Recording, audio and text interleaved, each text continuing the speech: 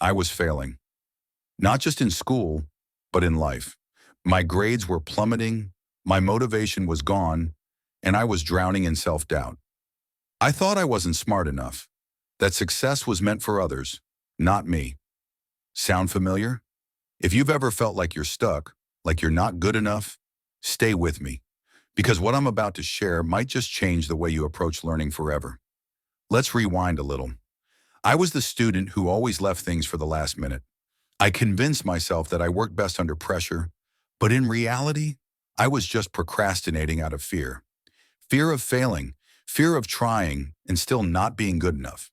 The cycle continued. Half-hearted attempts, mediocre results, and the sinking feeling that I was falling behind. But then, something changed. I had a moment of brutal self-honesty. If I kept doing the same things, I would keep getting the same results. So I made a choice. I wasn't going to be a victim of my circumstances. I was going to take control. And here's exactly how I did it. 1. I started working with my brain, not against it. Instead of forcing myself into long, exhausting study sessions, I switched to the Pomodoro technique. 25 minutes of focused work, followed by a 5-minute break. My productivity skyrocketed. 2. I mastered the art of active recall.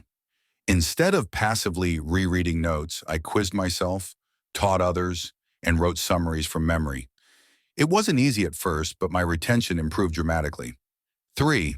I stopped waiting for motivation and built discipline. Motivation is unreliable. Discipline is a habit.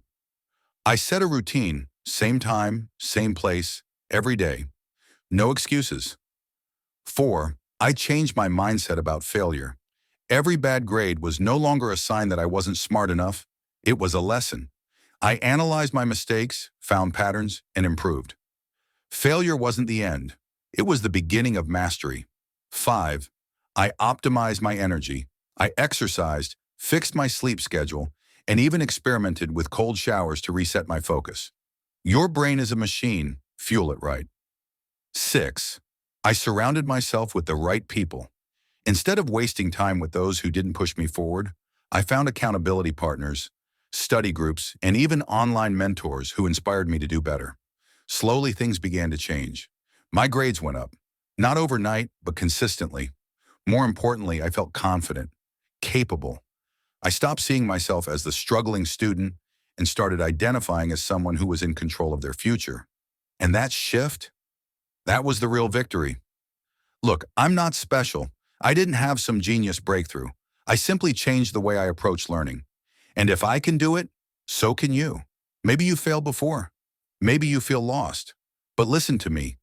Your past does not define your future. What you do today does. So are you ready to take control?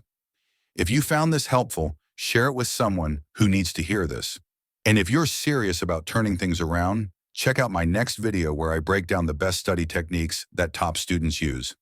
Let's make this year the one where you finally prove to yourself what you're truly capable of.